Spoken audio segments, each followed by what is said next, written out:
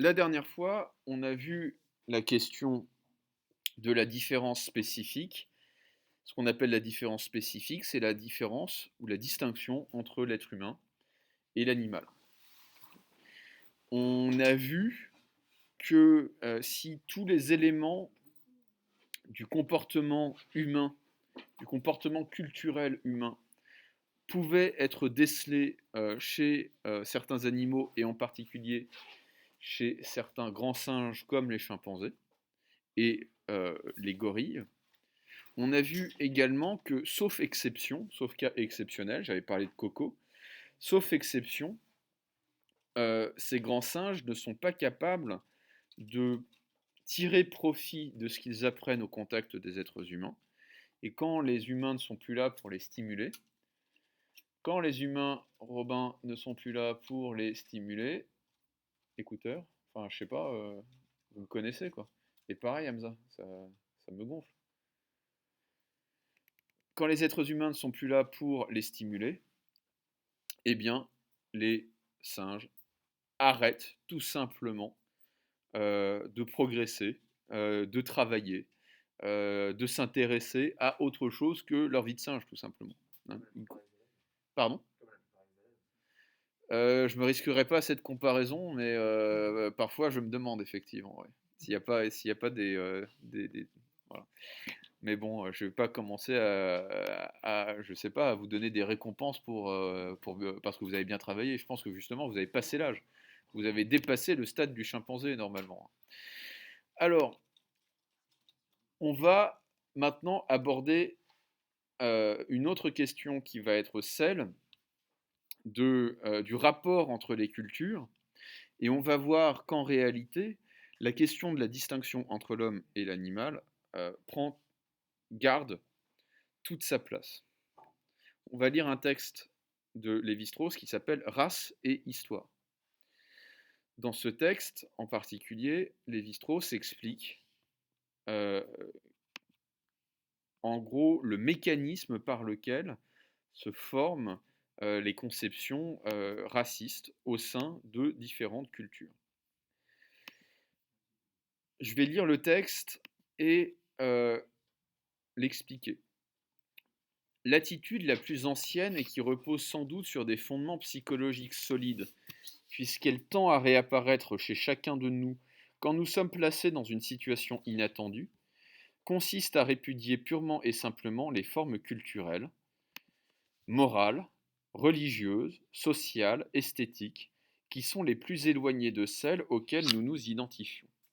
Habitude de sauvage, cela n'est pas de chez nous, on ne devrait pas permettre cela, etc. Je ne sais pas si vous avez lu hein, Les Aventures d'Astérix.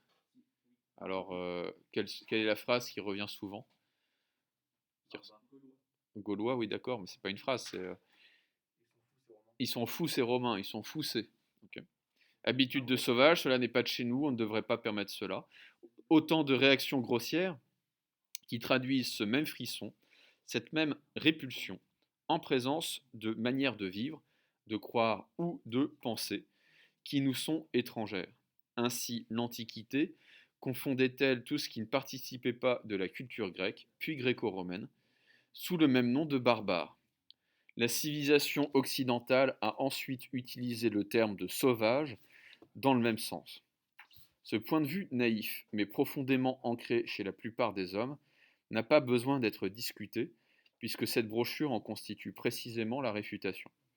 Il suffira de remarquer ici qu'il recèle un paradoxe assez significatif, cette attitude de pensée, au nom de laquelle on rejette les sauvages hors de l'humanité, est justement l'attitude la plus marquante et la plus distinctive de ces sauvages mêmes. On sait en effet que la notion d'humanité, englobant sans distinction de race ou de civilisation toutes les formes de l'espèce humaine, est d'apparition fort tardive et d'expansion limitée. Pour de vastes fractions de l'espèce humaine et pendant des dizaines de millénaires, cette notion paraît être totalement absente.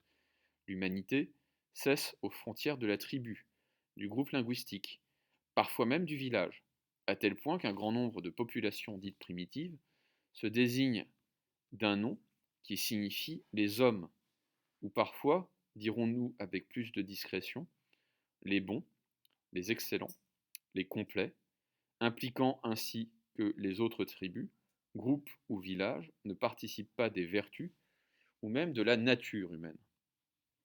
On va souvent jusqu'à priver l'étranger de ce dernier degré de réalité en faisant un fantôme ou une apparition. Ainsi se réalisent de curieuses situations où deux interlocuteurs se donnent cruellement la réplique.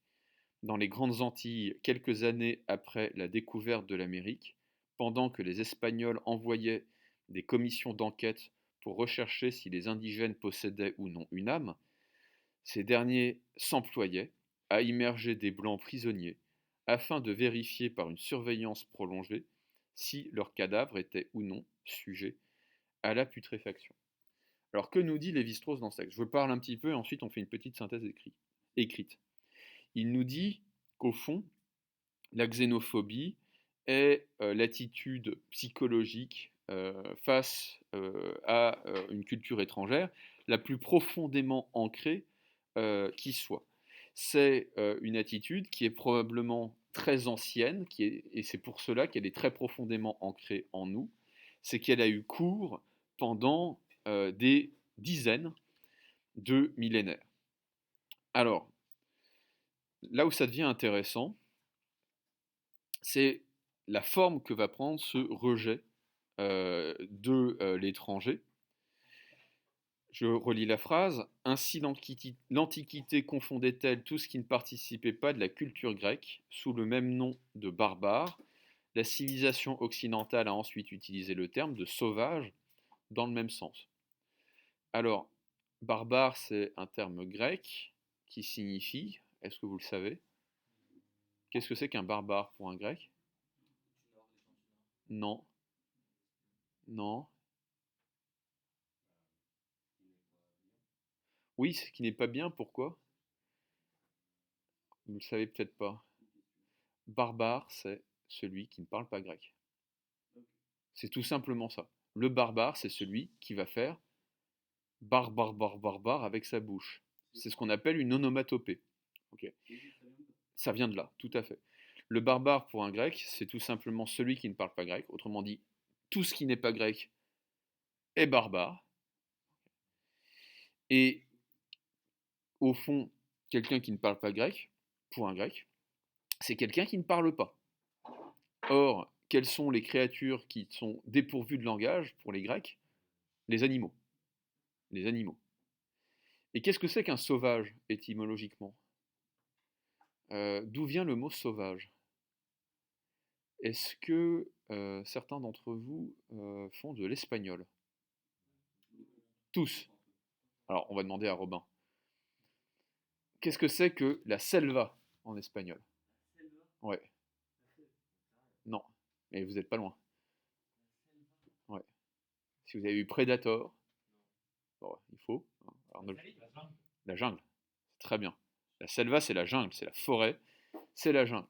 Sauvage, ça et selva, donc, ça a une racine commune qui est la silwa, qui est la forêt. Le sauvage, c'est celui qui vit dans la forêt. Et qui vit dans la forêt, par excellence? Les animaux. Autrement dit, on ne chante pas dans la jungle. Non. Le, non, ça suffit comme ça maintenant. Que veut dire Lévi-Strauss ici? Il veut dire que lorsqu'on est confronté à une culture étrangère, c'est-à-dire à ce qui est différent au sein d'une même humanité, on va avoir tendance à le rejeter en dehors de l'humanité, comme si on n'avait pas affaire à la même espèce que nous, mais que nous avions affaire à une autre espèce. C'est la question qui va se poser très précisément après, dans les premières années de la colonisation de l'Amérique, parce que les Européens, les Occidentaux, en particulier les Espagnols et les Portugais, vont se poser sérieusement la question de savoir si les Amérindiens sont véritablement de l'espèce humaine, font vraiment partie de l'espèce humaine. Mais ce qui est intéressant de noter, c'est que les Amérindiens vont se poser exactement la même question au sujet des Blancs. C'est-à-dire que les colons espagnols, quand ils vont voir les Indiens d'Amérique, les Amérindiens, je ne sais pas comment on peut parler de ces tribus autochtones des Caraïbes, des Antilles et d'Amérique du Nord et du Sud. Eh bien, ils vont faire des interrogatoires pour savoir, ils vont mettre au point des questionnaires pour savoir si ces gens-là ont une âme. Okay, est-ce que l'Indien a une âme? Et les Indiens vont faire exactement la même chose, sauf qu'ils ne vont pas avoir de questionnaire. Eux, ce qu'ils vont faire, c'est qu'ils vont prendre des prisonniers, ils vont les mettre dans une cage, ils vont mettre la cage sous l'eau pendant 20 minutes, ils vont remonter la cage et ils vont regarder si le corps pourrit ou pas. Pourquoi? Ouais, et donc ça veut dire quoi? Ça veut dire qu'ils seraient pareils, effectivement. Ça voudrait dire que les Blancs ne sont pas d'une autre espèce, si vous voulez, que la leur, et surtout qu'ils sont réels. Euh, Qu'est-ce qui se passe en fait?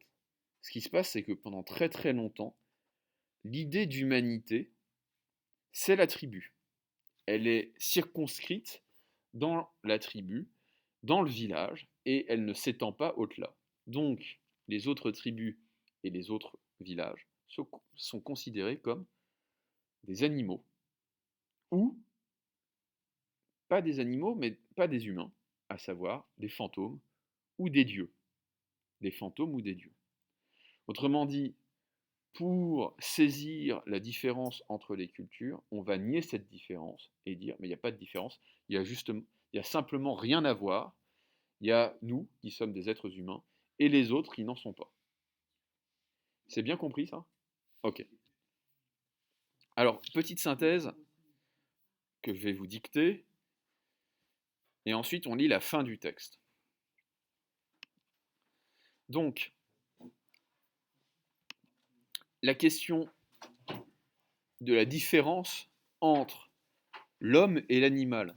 La question de la différence entre... Ouais, la question de la différence entre l'homme et l'animal. Ouais, je vous attends, je vous attends.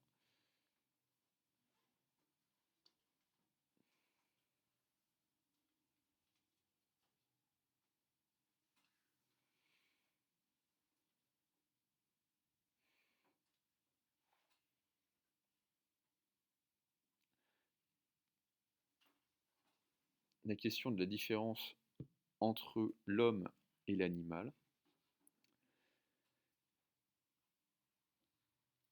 est d'une importance primordiale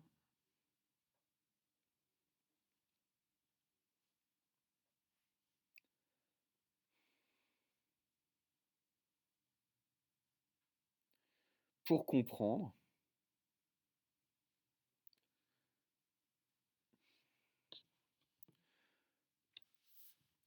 le phénomène du racisme.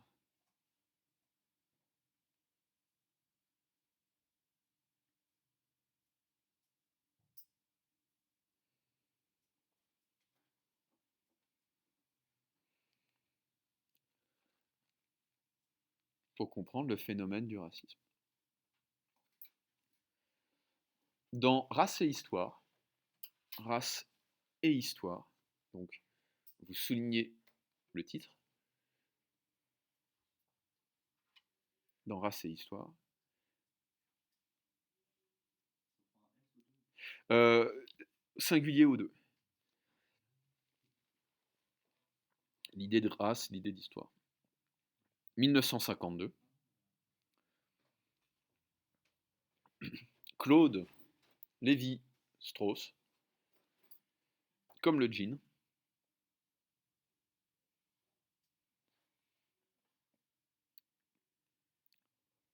Claude Lévi-Strauss,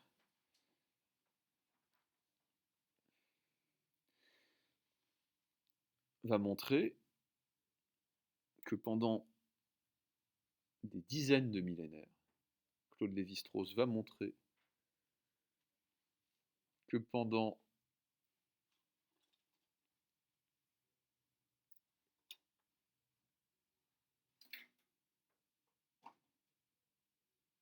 des dizaines de millénaires,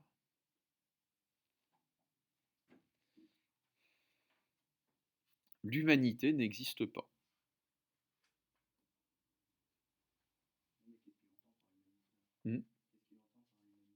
Justement, l'humanité n'existe pas. C'est-à-dire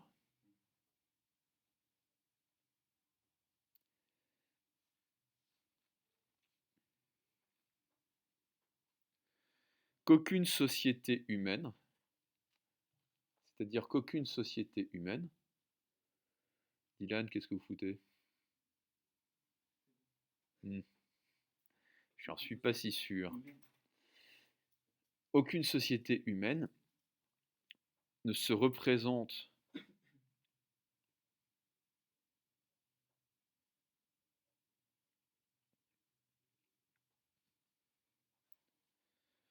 des cultures étrangères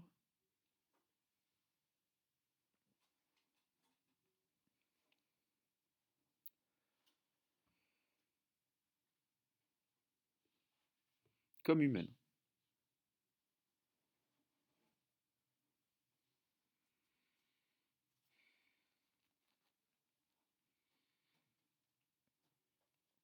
Pour le dire encore autrement, l'étranger est non humain.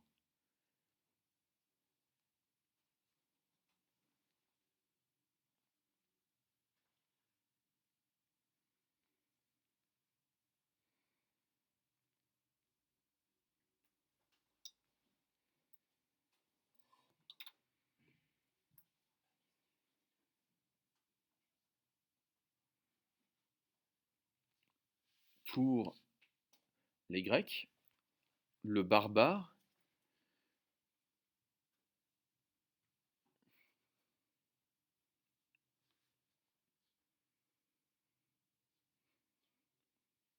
n'est pas seulement celui qui ne parle pas grec,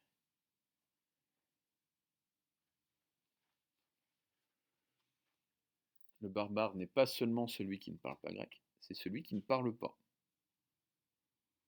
qui n'a pas de langue.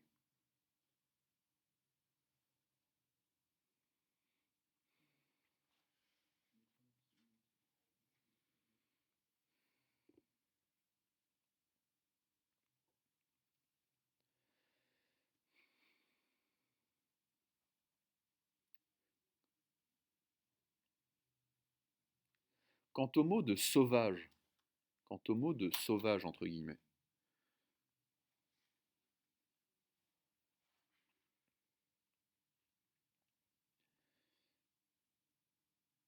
il désigne, quant au mot de sauvage, il désigne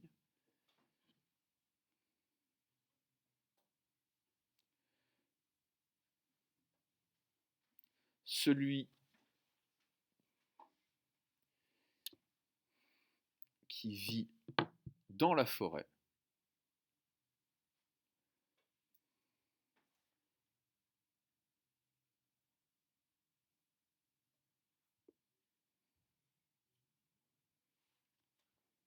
autrement dit, l'animal.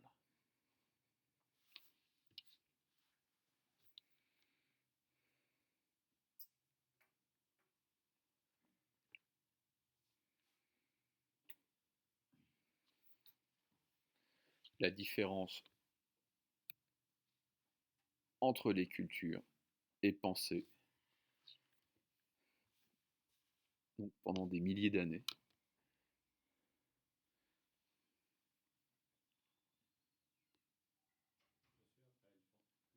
Est pensée sur le modèle de la différence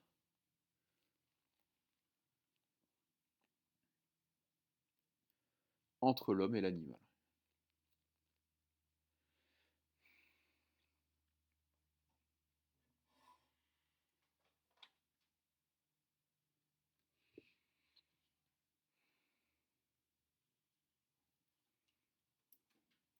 Alors, on va prendre deux exemples entre l'homme et l'animal. La différence entre les cultures est pensée comme la différence entre l'homme et l'animal. D'accord.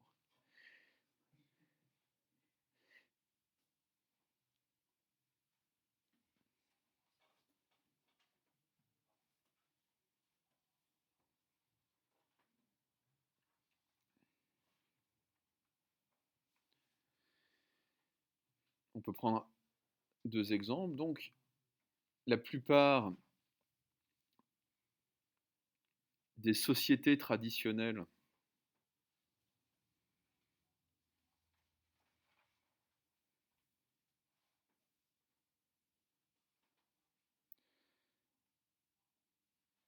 se donnent le nom d'être humain,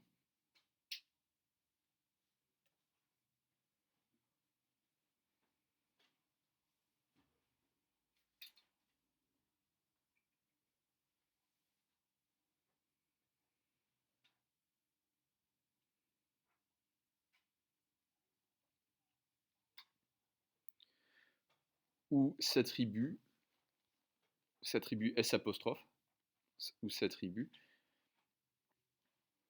des caractères propres aux êtres humains. Par exemple, Cheyenne, ça veut dire celui qui parle.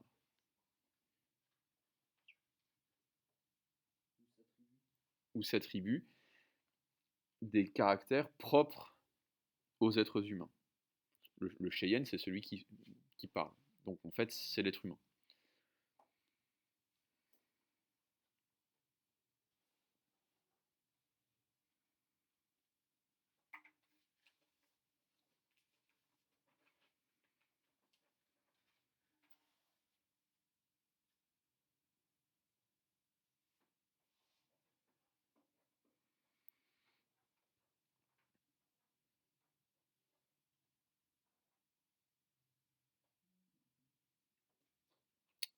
Guarani, c'est une tribu amazonienne.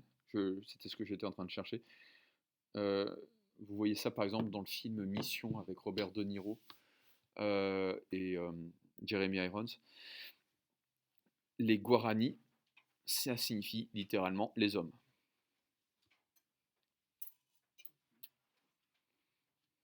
Guarani, Guarani. On les trouve au Brésil, au Paraguay,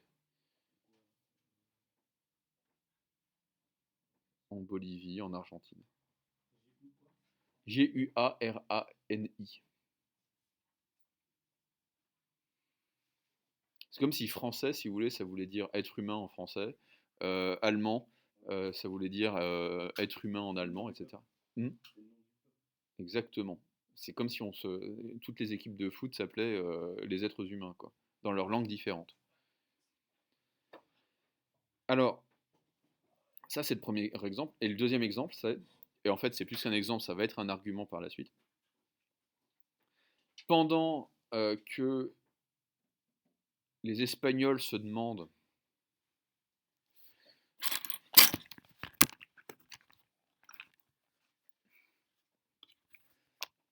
si les Indiens d'Amérique sont vraiment des êtres humains, ont une âme,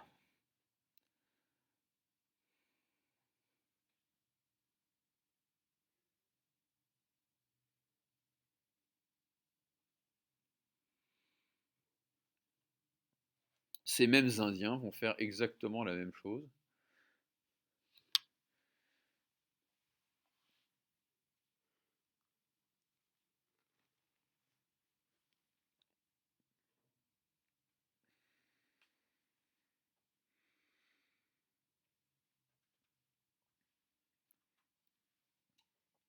en tuant leurs prisonniers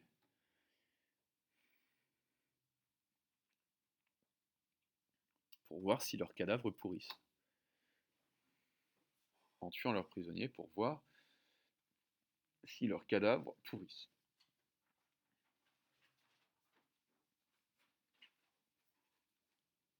Donc en fait, pour s'assurer que ce ne sont pas des fantômes.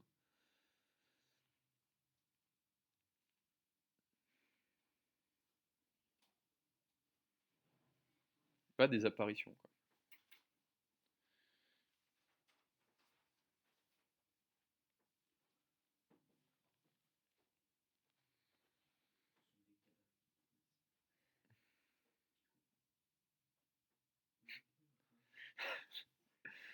C'est bon, Baptiste?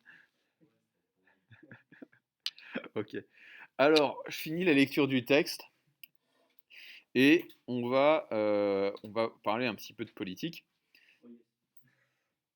Non, mais gentiment, quoi, hein.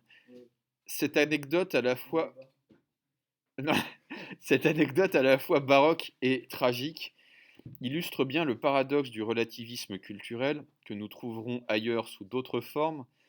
C'est dans la mesure même où l'on prétend établir une discrimination entre les cultures et les coutumes que l'on s'identifie le plus complètement avec celles qu'on essaie de nier, en refusant l'humanité à ceux qui apparaissent comme les plus sauvages ou barbares de ses représentants.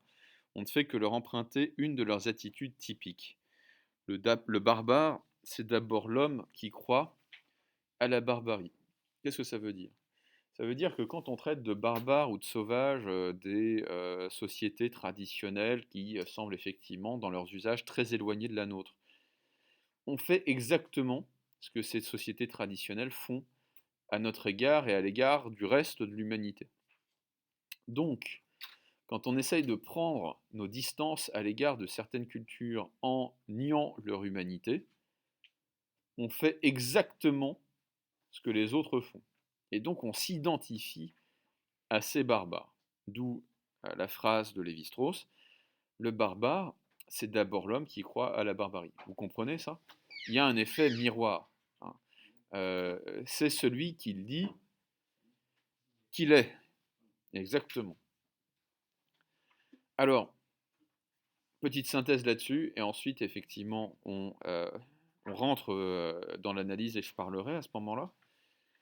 Donc, que dit Lévi-Strauss? Lévi-Strauss dit que en voulant se distinguer des autres cultures, en voulant se distinguer des autres cultures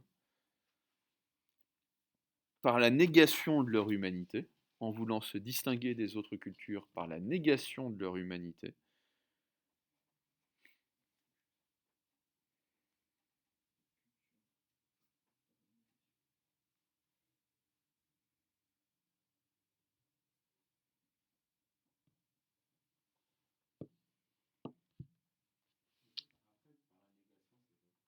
de leur humanité, par la négation de leur humanité,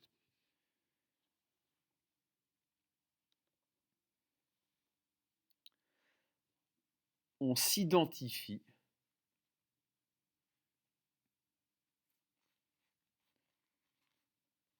à eux, ou on s'identifie à elles, excusez-moi. Vous pouvez me relire le début de la phrase? On s'identifie à elles.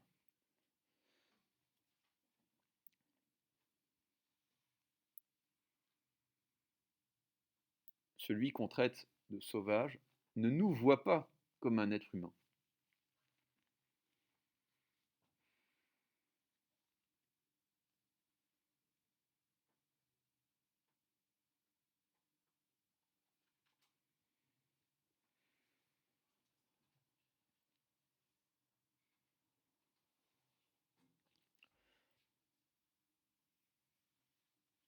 D'où le problème du relativisme culturel. D'où le problème du relativisme culturel.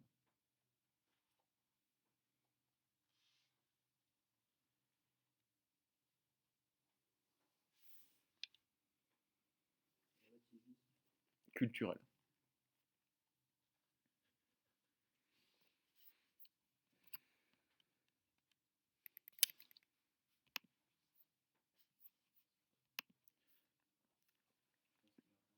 À chacun sa culture,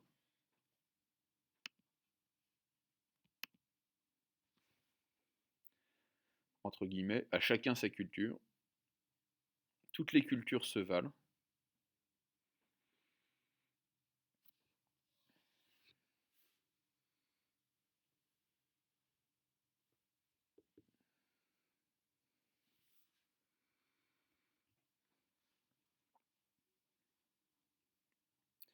et la formule de la tolérance et du multiculturalisme. ou sont la formule plutôt, de la tolérance et du multiculturalisme.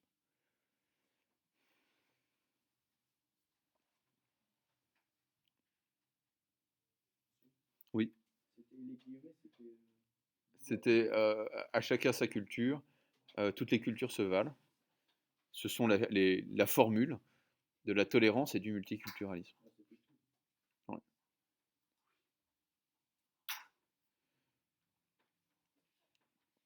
Mais on voit bien comment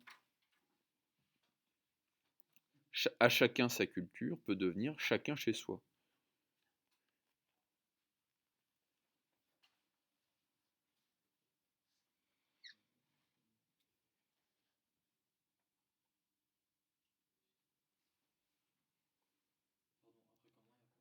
On voit bien comment à chacun sa culture peut devenir chacun chez soi. On voit bien comment, entre guillemets, à chacun sa culture peut devenir chacun chez soi.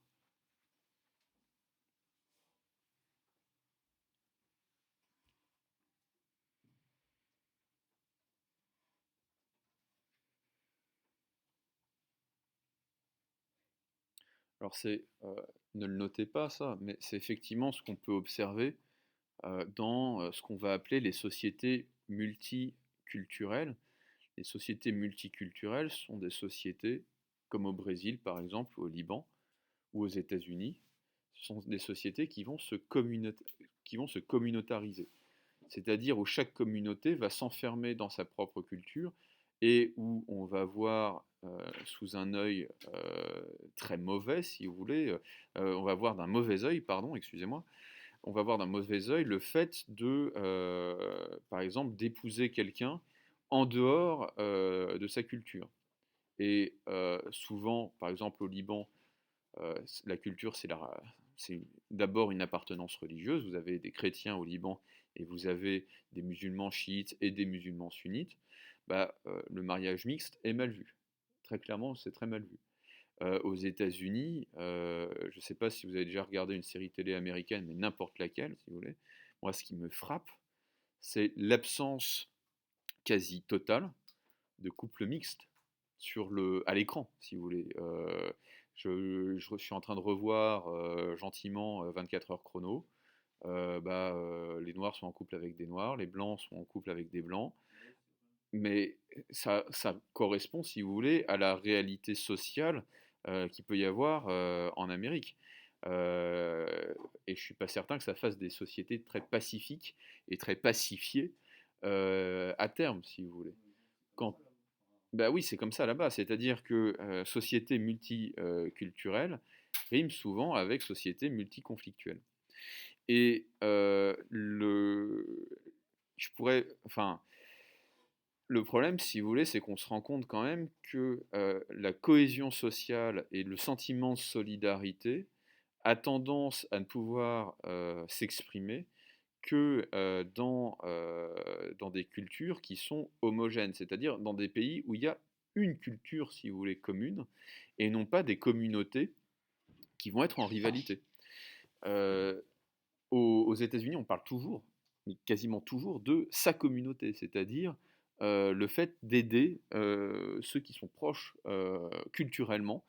Et en fait, aux États-Unis, culturellement, ça veut dire, en tout cas c'est toujours l'implicite, ça veut dire racialement, ceux qui appartiennent à son propre clan. Alors ça pose un certain nombre de problèmes politiques, évidemment. Évidemment. C'est la fragmentation de la société en différentes communautés, le fait qu'il n'y ait plus d'entraide, si vous voulez, au sein du peuple, mais seulement au sein des communautés. Bref, c'est le décalage, si vous voulez, entre le peuple politique et les peuples culturels, ou les communautés culturelles. Alors, si vous voulez, ça pose des... Est-ce qu'on vous a déjà parlé de discrimination positive ou de choses comme ça? La discrimination positive aux États-Unis, c'est le fait de favoriser certaines communautés par rapport à d'autres pour l'entrée euh, dans les universités, par exemple, sur des critères qui sont assez dingues. Euh, à savoir, bah, on va considérer qu'il faut que un asiatique réussisse 2 fois mieux à l'école pour avoir la même chance d'aller à l'université qu'un noir. Ce qui est en fait de la discrimination négative du point de vue des asiatiques. Et donc c'est pas joyeux, quoi. J'ai eu cette discussion avec un élève qui s'appelle Winel dans l'autre STI. Je sais pas si vous voyez qui c'est. Winel. Ouais. Mais Winel, il est dans une. Enfin, on en a parlé un petit peu. Il est dans une mentalité qui est complètement américaine. C'est-à-dire qu'il pense que chaque communauté a sa culture et c'est très bien comme ça. Et en France, c'est pas comme ça, si vous voulez. Ça n'a jamais été comme ça. Et le rôle de l'école, c'est en particulier de donner à chaque élève une culture commune pour qu'on puisse s'entendre après, pour qu'on puisse se comprendre après. Parce que si, effectivement, on est dans un rapport où tout le monde est enfermé dans sa culture d'origine, il n'y a plus de compréhension possible. Est-ce qu'on est d'accord avec ça? Est-ce que vous comprenez ce que je veux dire? Ok. Alors, euh, mais si vous voulez, c'est tout le défi et toute l'originalité des États-Unis. Ils sont multi euh, dans leur politique, c'est-à-dire que c'est 50 États qui doivent faire un État. Il y a déjà ça. Et puis, je ne sais plus combien de communautés, hein, mais vous avez les WASP qui sont plutôt d'origine allemande ou hollandaise, vous avez les Anglais, vous avez les Français, hein, les Acadiens, dans le sud des États-Unis, les Italiens, les Irlandais, à peu près tous les pays d'Europe, hein, les Polonais, il y a une communauté libanaise, il y a les Afro-Américains, les Afro-descendants, vous avez les Native Americans, donc les descendants des tribus indiennes qui ont été parqués dans des réserves par l'État fédéral.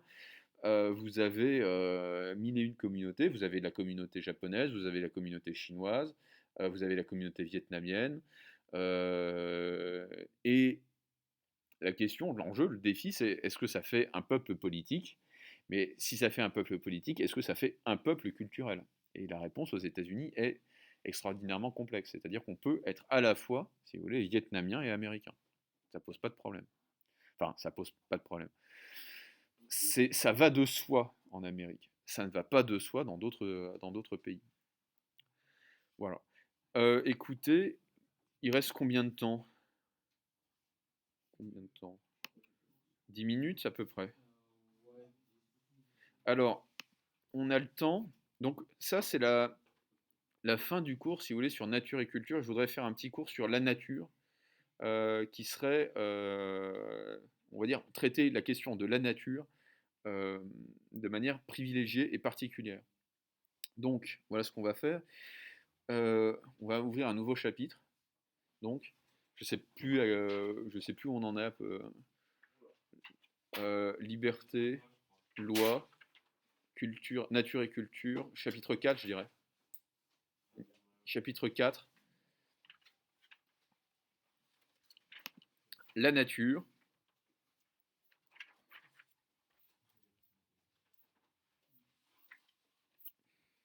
Faut-il respecter la nature? Faut-il respecter la nature?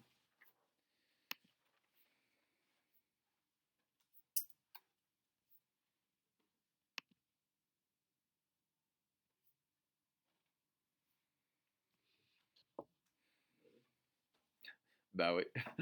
Bah c'est une bonne question, hein, en fait. Mais j'ai pas dit que c'était négatif, j'ai dit il faut se demander ce que c'est que le respect pour savoir si on respecte la nature.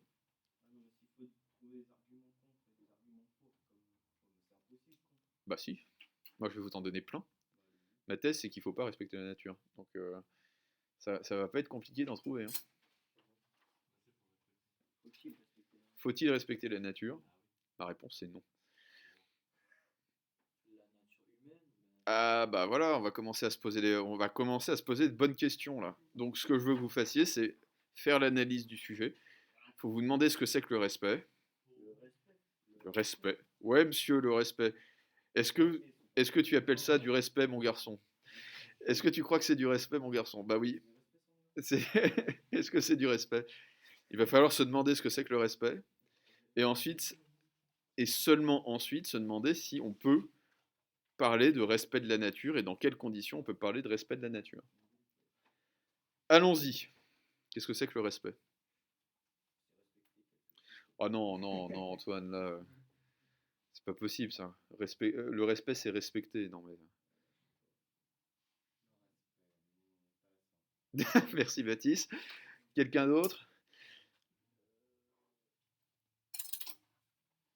Hamza!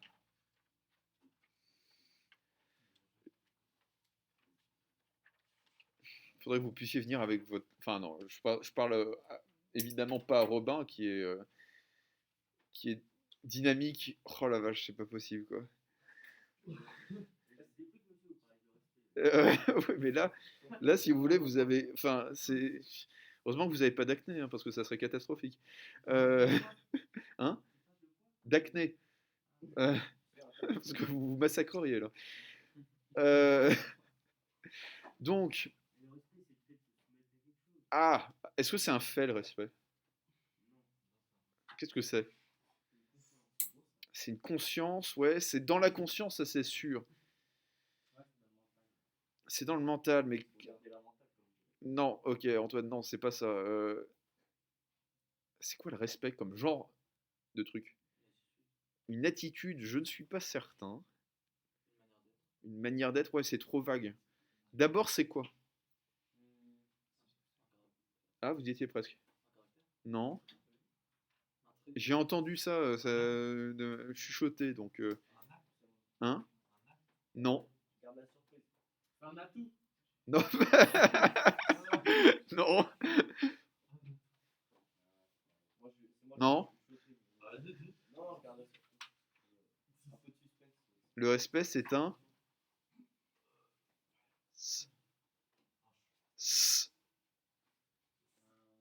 Oh, vous êtes dur, hein. Mais non, c'est pas un silence. Mais non, c'est pas un savoir. Le respect, c'est un. Sans. Oui, c'est un sentiment. Ah, bah, quelle surprise, ça. Le respect est un sentiment, et bien sûr. Le respect, c'est d'abord un sentiment. C'est un sentiment que j'éprouve face à quoi, effectivement?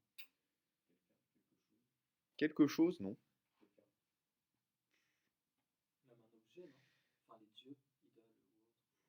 Euh, Est-ce que je peux respecter un objet? Mais c'est pas un objet que je respecte quand je respecte une idole, par exemple.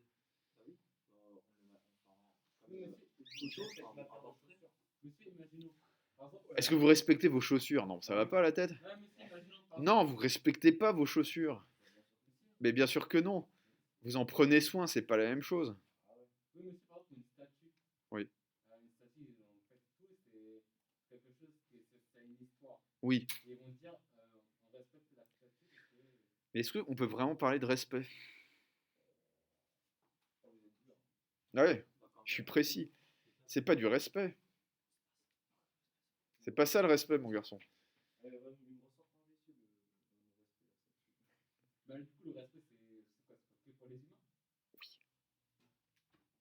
Le respect est un sentiment que j'éprouve à l'égard de la dignité humaine. Et avant tout cela, ce que vous appelez respect, Youssouf, c'est de la piété. Et c'est pas exactement la même chose que du respect. La piété, c'est ce que je peux éprouver pour effectivement une figure d'autorité, par exemple. On parle de piété filiale pour parler de la piété que je peux avoir à l'égard du père, de la mère. Euh, on parle de piété religieuse, évidemment, hein, à l'égard de Dieu. Exactement.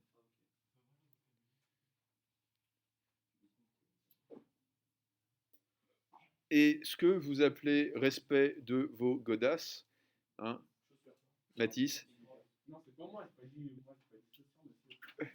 qui l'a dit? C'est Antoine? Bah alors, c'est simplement du soin. Ok? C'est une bonne question. Mais la question est de savoir si on peut vraiment parler de respect des animaux. Est-ce qu'on respecte les animaux ou est-ce qu'on en prend soin?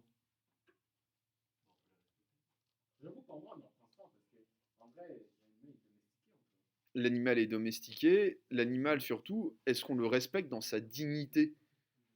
Ou est-ce que quand on veut préserver l'environnement, la biodiversité, c'est parce que sinon on crève, si vous voulez. On en prend soin parce que si on le respecterait, il faudrait s'adapter à lui. Alors que c'est lui qui s'adapte. Exactement. Autrement dit, vous voyez que la question du respect de la nature, elle va être beaucoup plus compliquée que ce qu'on pourrait penser, parce que il n'est pas certain en fait que le rapport qu'on a à l'égard de la nature, ça soit un rapport qui soit sentimental. On a un rapport qui est beaucoup plus de l'ordre du calcul, si vous voulez. Quand on parle de respect de la nature, déjà, on parle du respect de l'environnement. La nature et l'environnement, c'est pas tout à fait la même chose. Et surtout, c'est pour se demander si on va pas mourir bientôt à cause des gaz à effet de serre, si on va pas mourir bientôt parce qu'il y aura bientôt plus de pétrole, si on va pas mourir bientôt parce on a mis des centrales là où il ne fallait pas en mettre, etc., etc. Donc en fait, quand on parle de respect, on parle de crainte, on parle de calcul, on parle d'intérêt, mais on parle pas de respect en réalité. Ok. Ça c'est le premier point. Et le deuxième point, c'est qu'il n'est pas certain que la nature, ça soit une personne. Que la nature est une dignité personnelle comme les êtres humains peuvent en avoir. Ok. Donc c'est ce qu'on verra la prochaine fois. La prochaine fois, c'est... Bon, bah, bon confinement. Je sais pas si on... je sais pas du tout... je sais, notre président bien-aimé, Junior, est censé parler demain, c'est ça? Ouais, mais ça va rester ouvert. Ouais, monsieur, Il me semble, hein. monsieur. En tout cas, j'ai rien lu, ni vu, ni entendu qui pouvait confirmer l'idée que les lycées seraient fermés. Non, ça va rester ouvert. Monsieur, Bon, je pense aussi. est-ce que vous avez par visio? Ouais, alors je sais pas comment je ferais. Euh, je pense que je ferais des lives, mais sinon comme je ferai mon confinement à Paris, très certainement, je pourrais uploader les vidéos beaucoup plus rapidement. Donc en fait, vous avez cours, je sais pas, à 9h, à 10h si vous voulez, à 10h10 si vous voulez, la vidéo elle est en ligne.